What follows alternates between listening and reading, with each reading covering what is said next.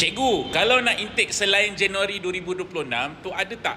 Atau memang kena mohon 13 Oktober? Atau macam mana ya? Saya nak kerja dan kumpul duit lagi. Okey, ini berkaitan dengan permohonan masuk ke TVET yang telah pun dibuka permohonannya pada 13 Oktober 2025 untuk intake Januari 2026.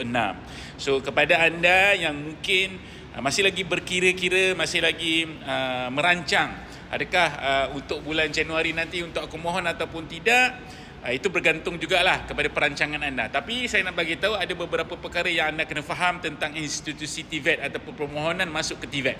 So tolong save video ini, kongsikan video ini kepada kawan anda yang mungkin ada soalan yang sama, dan pastikan anda komen dekat ruangan komen apa sahaja soalan berkaitan dengan TVET. InsyaAllah saya akan tolong bantu jawabkan. So untuk maklumat anda, next intake untuk memohon program-program TVET adalah pada Januari, untuk intake Januari 2026 adalah pada 13 Oktober ini. So untuk bulan ni lah. So itu adalah untuk perdana. Bermaksud perdana ni adalah TVET perdana ni adalah untuk Institut Latihan Kemahiran Awam. So kalau adik ini nak mohon program-program yang mungkin dia rasa alah takkan nak tunggu Januari kan, ataupun takkan nak tunggu intake Julai 2026 pula kan.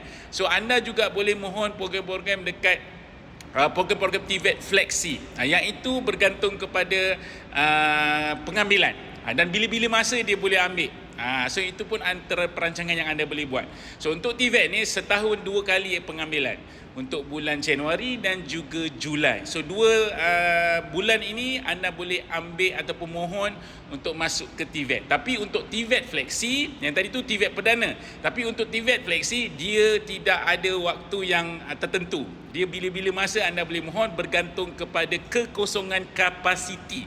Sebab pengambilan TVET ni bergantung kepada kapasiti college tersebut. So jangan risau, kalau sekiranya anda dah ready, dah cukup duit, anda boleh tengok juga dekat TVET Flexi. Dan TVET Flexi ni memfokuskan kepada kolej swasta. Itu juga membantu untuk anda boleh terus sambung belajar.